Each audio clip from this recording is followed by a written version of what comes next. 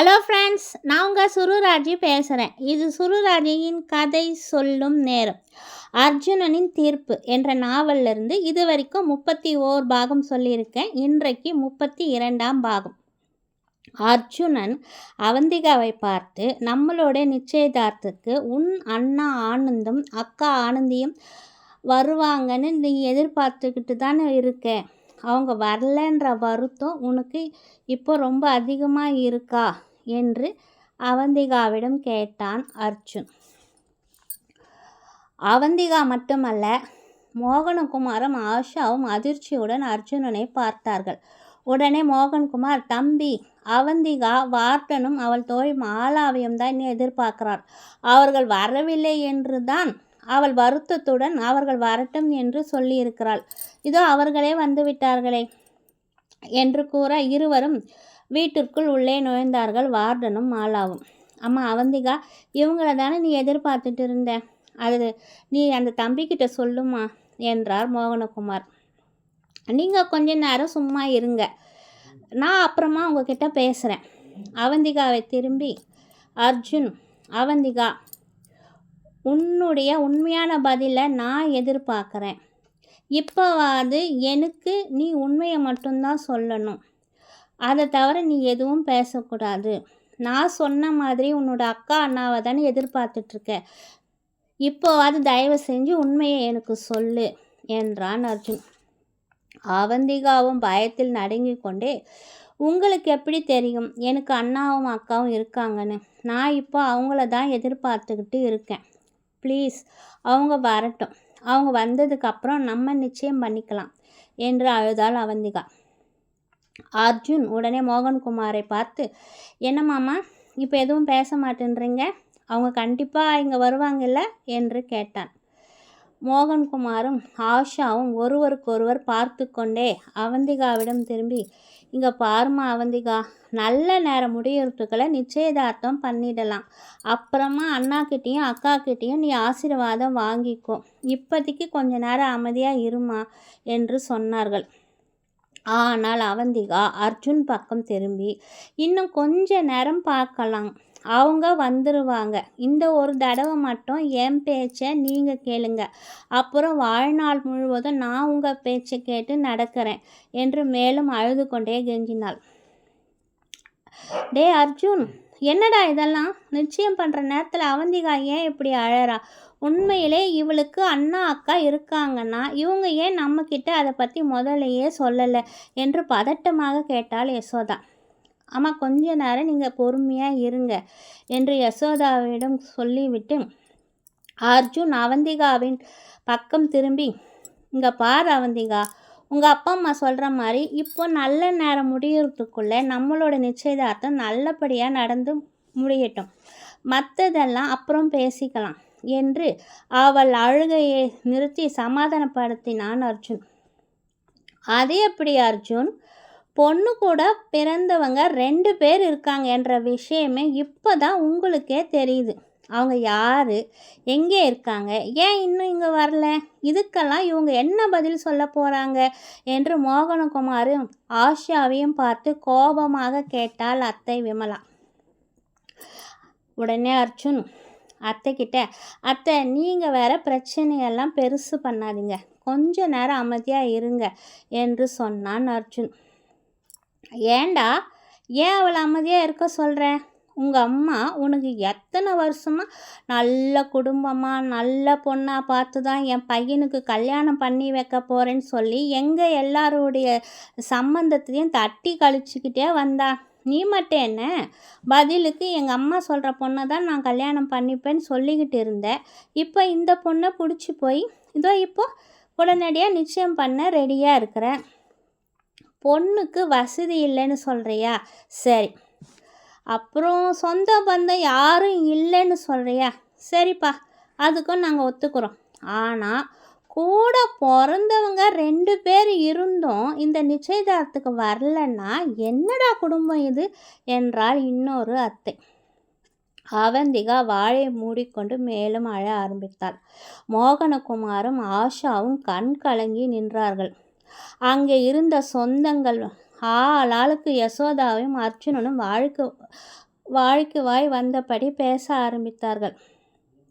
இப்போதானே புரியுது ஏன் இவன் இவ்வளோ அவசரமாக நம்ம யாரையும் கூப்பிடாம நிச்சயம் பண்ண பார்க்கறான்னு என்றும் கூறினார்கள். அர்ஜுன் உடனே கோபமாக யசோதாவை நோக்கி, இப்போ உங்களுக்கு ரொம்ப சந்தோஷமாக இருக்கா?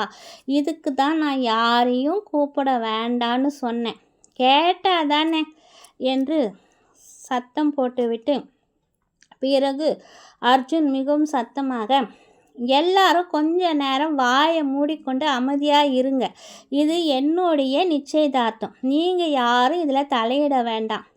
உங்கள் உறவெல்லாம் வேணும் தான் எங்கள் அம்மா அப்பா உங்களை கூப்பிட்டாங்க. அதே மாதிரி எங்களுடைய உறவு வேணும்னா அமைதியாக இருங்க. இல்லையா தயவு செஞ்சு எல்லாரும் வெளியே கிளம்பி போய்கிட்டே இருங்க என்று கத்தினான் அர்ஜுன். என்னப்பா அர்ஜுன், நீ ஏன் இப்படியெல்லாம் பேசுகிற? இங்கே பாருப்பா, எங்களுக்கு யசோதா கோபாலகிருஷ்ணன் மட்டும் இல்லை, நீயும் தாண்டா வேணும், உன்னோட உறவும் தான் வேணும். எப்படியா இருந்தாலும் இந்த பொண்ணு தான் உனக்கு மனைவியாக வரணும்னா நாங்கள் யாரும் எதுவும் பேசலைப்பா. வாழையே திறக்கலை, போதுமா? உன் இஷ்டப்படி என்ன செய்வியோ செய் என்று கூறி கண்களை துடைத்து கொண்டாள் விமலா அத்தை. அர்ஜுன், அந்த பொண்ணே அவங்க அண்ணா அக்கா வரட்டும், அப்புறம் நிச்சயம் பண்ணிக்கலான்னு சொல்கிறா. அவளுக்காவது கொஞ்ச நேரம் வெயிட் பண்ணி பார்க்கலாம் இல்லையா என்றார் கோபாலகிருஷ்ணனின் தம்பி வெங்கட். அர்ஜுன் அவரை நோக்கி, சித்தப்பா, அவங்க வரமாட்டாங்கப்பா. ஏன்னா அவங்க 2 பேருமே இப்போ என்று கூறிக்கொண்டிருக்கும் போதே உடனே மோகனகுமார், ஆமாம், என் பொண்ணும் பையனும் வரமாட்டாங்க. ஏன்னா என் பையன் ஆனந்துக்கு மூளை வளர்ச்சி இல்லை. எங்கேயோ ஒரு பைத்தியக்கார ஆஸ்பத்திரியில் சேர்த்து வச்சு இருந்தேன். அங்கிருந்து தப்பிச்சு எங்கேயோ ஓடி போயிட்டான். எங்கே இருக்கானே தெரியல. என் பொண்ணு ஆனந்தி, அவளை என்னால் கல்யாணம் பண்ணித்தர வசதி இல்லாத காரணத்தினால அவள் மனசுக்கு பிடிச்சவனோட வீட்டை விட்டு ஓடி போயிட்டான். அவளும் இப்போ எங்கே இருக்கான்னு தெரியாது. இந்த விஷயங்கள் எதுவுமே என் சின்ன பொண்ணு அவந்திகாவுக்கு தெரியாது. சொன்னால் அவள் மனசு மிகவும் கஷ்டப்படும், வேதனைப்படுவா. அவங்கள தேடி எங்கேயாவது போய் தேடி பார்க்கலான்னு எங்களை வற்புறுத்துவா. அதனால தான் என் பொண்ணுக்கிட்ட நாங்கள் எதுவுமே சொல்லலை. இதுதான் நடந்த உண்மை என்று மோகனகுமார் அழுது கொண்டே கூறினார். ஆமாம், என் பொண்ணு அவந்திகா கிட்ட நாங்கள் தான் போய் சொன்னோம். அவங்க 2 பேரும் சேர்ந்து மகாராஷ்டிரா மாநிலத்தில் வைத்தியம் பார்த்துட்ருக்காங்கன்னு. அண்ணனுக்கு துணையாக அக்காவும் அங்கேயே இருந்து கூட இருந்து அண்ணனை பார்த்துட்டு இருக்காங்கன்னு. இப்போ இது வரைக்கும் அவந்திகாவும் அதுதான் உண்மைன்னு நம்பி அவங்க வருவாங்கன்னு எதிர்பார்த்துட்ருக்கா. அம்மா அவந்திகா, அண்ணாவும் அக்காவும் வரமாட்டாங்கம்மா. அவங்களெல்லாம் எதிர்பார்க்காதே, கொஞ்ச நேரம் அழாமல் அமைதியாக இருமா என்று அவந்திகாவை சமாதானப்படுத்த பார்த்தார்கள் மோகனகுமாரும் ஆஷாவும்.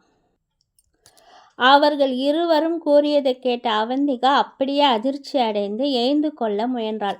அர்ஜுன் அவந்திகாவின் கையை பிடித்து அப்படியே தன்னருகே சேர்ந்த மாதிரி உட்கார வைத்தான். எங்கே எழுந்து போகிற? அப்படியே உக்கார். நிச்சயம் முடிகிற வரைக்கும் இந்த இடத்த விட்டு நீ அசையக்கூடாது அவந்திகா என்றான் அர்ஜுன். அவந்திகா மோகன்குமாரையும் ஆஷாவையும் பார்த்து, அப்பா, நீங்கள் என்கிட்ட முதல்லையே சொல்லி இருக்கலாமே. ஏம்மா நீயும் என்கிட்ட சொல்லலை? 2 பேருமா சேர்ந்து ஏன் என்கிட்ட உண்மையே மறைச்சிங்க? இதை முதல்லையே சொல்லி இருந்தீங்கன்னா நான் இந்த நிச்சயதார்த்தத்துக்கு ஒத்து கொண்டிருக்கவே மாட்டேன் என்று கூறிக்கொண்டு அர்ஜுனன் கையை பிடித்து விலக்கினாள். என்ன விடுங்க, எனக்கு உங்களை கல்யாணம் பண்ணிக்க விருப்பம் இல்லை. ஏன் அப்பா அம்மா தான் வேணும். அவங்க 2 பேர்கிட்டையுமே நான் போகிறேன். அண்ணாவும் அக்காவும் எங்கே இருக்காங்கன்னு நான் போய் பார்க்கணும். இப்போதைக்கு எனக்கு இந்த நிச்சயதார்த்தத்தில் விருப்பம் இல்லை, என் கையை விடுங்க என்று அலறினாள் அவந்திகா. மறுபடியும் அந்த கூட்டத்தில் இருந்தவர்கள் தங்களுக்குள்ளே ஆளாளுக்கு பேசிக்கொள்ள ஆரம்பித்தார்கள். அங்கிருந்த அனைவர்களுக்கும் ஒரே குழப்பமாக இருந்தது. யசோதாவுக்கு ஒன்றுமே புரியவில்லை. அவந்திகா நல்ல பெண், நல்ல குடும்பம் என்று எதிர்பார்த்தால் அந்த குடும்பத்தில் இவ்வளோ பிரச்சனைகளா?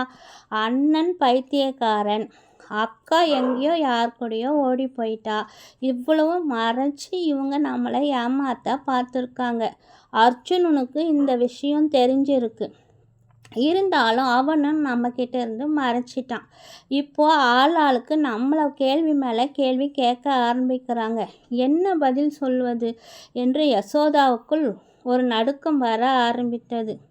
அனைவரின் முகத்தையும் பார்க்க முடியாமல் அப்படியே தலை குனிந்து நின்றாள். அனைவரும் ஒருவருக்கொருவர் மாற்றி மாற்றி பேச யசோதாவுக்கு மயக்கமே வர ஆரம்பித்தது. இது என்ன எதிர்பார்க்காத ஒரு முடிவு, நம்ம இதை எதிர்பார்க்கவே இல்லையே என்று யசோதாவுக்குள் ஒரு கோபமும் ஆத்திரமும் அவளையும் மீறி வெளியே வந்து கொண்டு இருந்தது. கோபாலகிருஷ்ணனை பார்த்து, எனக்கு என்னவோ இது சரிப்பட்டு வரலை, நீங்கள் தான் அர்ஜுன்கிட்ட பேசணும், என்னால் இதெல்லாம் கேட்டுக்கிட்டு இருக்க முடியல, எனக்கு ஒரே குழப்பமாக இருக்குது, இந்த நிச்சயதார்த்தையை நம்ம நிறுத்தி விடலாமா என்று கோபாலகிருஷ்ணனிடம் சொல்லி கொண்டிருந்தாள் யசோதா. அர்ஜுன் இதை கேட்டதும் யசோதாவையும் கோபாலகிருஷ்ணனையும் பார்த்து அப்படியே அவர்கள் என்ன சொல்ல போகிறார்கள் என்று அவர்களின் முகத்தையே பார்த்து கொண்டிருந்தான் அர்ஜுன். ஓகே ஃப்ரெண்ட்ஸ், இத்துடன் என்னுடைய 32ஆம் பாகம் முடிவடைந்தது. மீண்டும் உங்களை அடுத்த பாகத்தில் சந்திக்கும் வரை உங்களிருந்து விடைபெறுவது உங்கள் சுருராஜ். இது சுருராஜின் கதை சொல்லும் நேரம். பாய்.